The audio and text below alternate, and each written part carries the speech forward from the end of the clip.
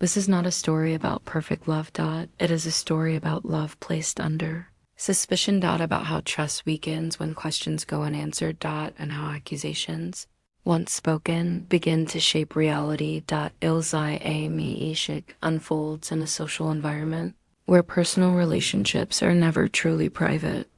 Families observe closely, communities form opinions quickly, reputation often carries more weight than truth. At the center of this story are two individuals brought together by genuine affection. Their connection does not begin dramatically. It grows gradually. Through shared conversations. Through understanding. Through time. Their bond is real, but it exists within limits set by society, tradition, and expectation. Love in this space must constantly justify itself. At first, trust holds everything together. Silence feels comfortable. Presence feels sufficient.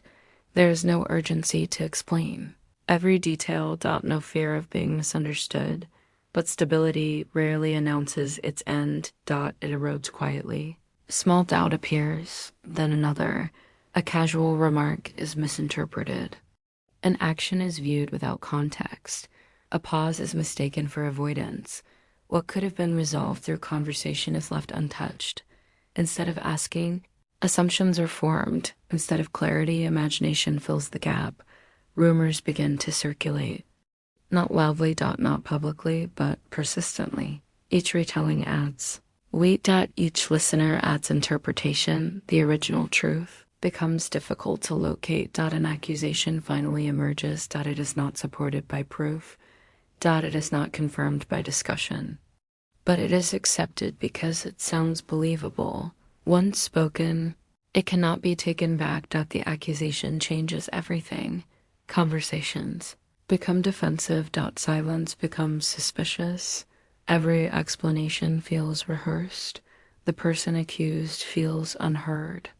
The person accusing feels justified. Both feel betrayed. Attempts to repair the damage arrive too late. Trust no longer responds to reassurance. Affection struggles to survive. Constant doubt. Love begins to feel like a burden, not because it is gone, but because it must constantly defend itself. External pressure intensifies the conflict. Family opinions solidify. Social judgment hardens. Neutral voices disappear. What was once a private misunderstanding becomes a public conclusion. The relationship slowly collapses. Not through confrontation, but through exhaustion. Words lose meaning. Apologies lose impact. Silence becomes permanent. Ilzam-E-ISQ does not present clear heroes or villains. It presents human behavior under emotional stress. Fear of being wrong. Fear of being vulnerable. Fear of being exposed. The story highlights how easily love is tested when trust is neglected.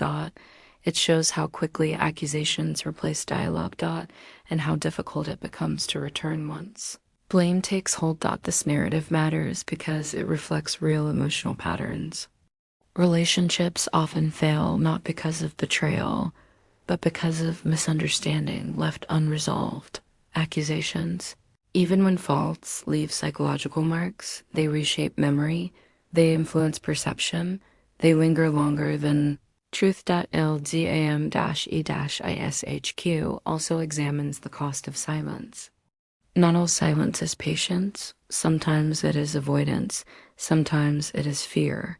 The story suggests that love requires more than emotion. It requires responsibility.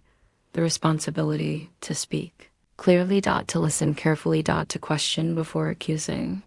Pride plays a quiet role throughout the narrative. It prevents honest conversation. It delays reconciliation.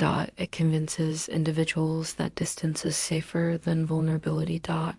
By the time understanding becomes possible, damage is already done. Ilzam does not end with resolution. It ends with consequence. It leaves viewers with an uncomfortable truth. Love placed on trial without evidence rarely survives. Trust, once broken, does not rebuild on its own. The story serves as a reminder Words matter. Timing matters. Silence has consequences. Ilzam-e-ishq is not about dramatic heartbreak. It is about slow emotional erosion, the kind that goes unnoticed until nothing remains. In the end, the greatest loss is not the relationship itself. It is the missed opportunity to protect it.